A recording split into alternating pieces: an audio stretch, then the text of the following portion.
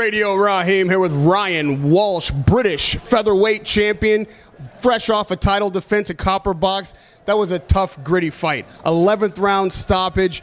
At the beginning of the fight, you're working your way into your rhythm. This guy was no lay-down Sally. He came to brawl. What were the toughest rounds for you, and how long did when did you know you had the guy figured out and you had him hurt?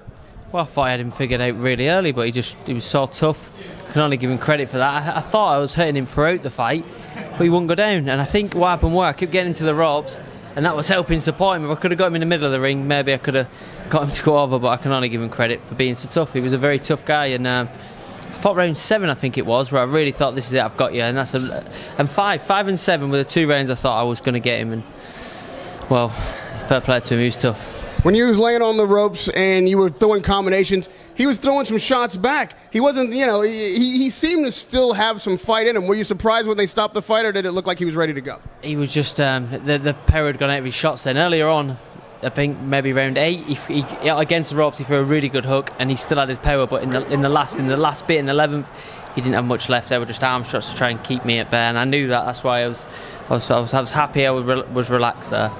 This is a family affair. Your brother is on the main event. The Walsh family has come here to, show off tonight. You were the first win. You got right back in the locker room with Liam. What were the words there, and how is he looking? That's the words were halfway done. We've got a job to do tonight, and that's 50% of it done. It means nothing if Liam don't win. It meant nothing if I didn't win. So I had a lot of pressure tonight to make sure that my brother was happy, and I hope I done that. And I'm happy to get 11 rounds out. It's overall, it's a good start. You're a British world champion, or you're a British champion, but you want to be a world champion like everybody else. So talk to me about how you progressed to that spot and who's you got the target on their back. Anyone with a title, I'll fight anyone with a title. They probably look at that performance and think, yeah, well, that's brilliant then. That's fine for me. I've got one of the best promoters this side of the Atlantic, so if Frank Warren can't get you a world title shot, no one can. And I'm willing to fight anyone. I've just lost the European title shot just before this, so if that has to be the step to give me the ranking, then no problem. Is there a featherweight that's on your mind that could take you over that edge? I don't really call anyone with a title. They're in danger, because if my promoter can make that fight, I'm going to say yeah.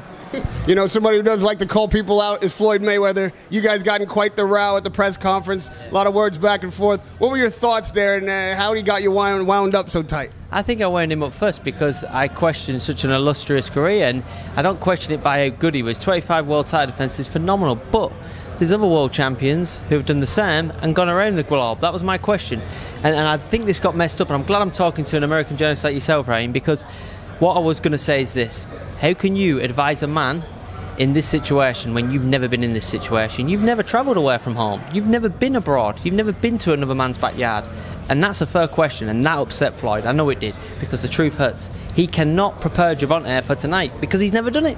He's never been in another man's backyard. He's never been out of his comfort zone, climate-wise, weather-wise. So I think that was a valid question, and he tried to rattle me and to stop that question, and it upset him. I know it did.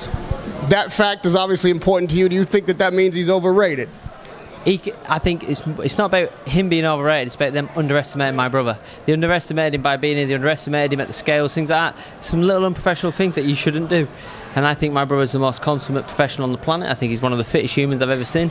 And that'll be a big part tonight. Radio Rahim with Ryan Walsh. Excellent performance tonight. Thanks for a great show. Good luck in your career. It's a pleasure to talk to you. Radio Rahim with Ryan Walsh at Copper Box.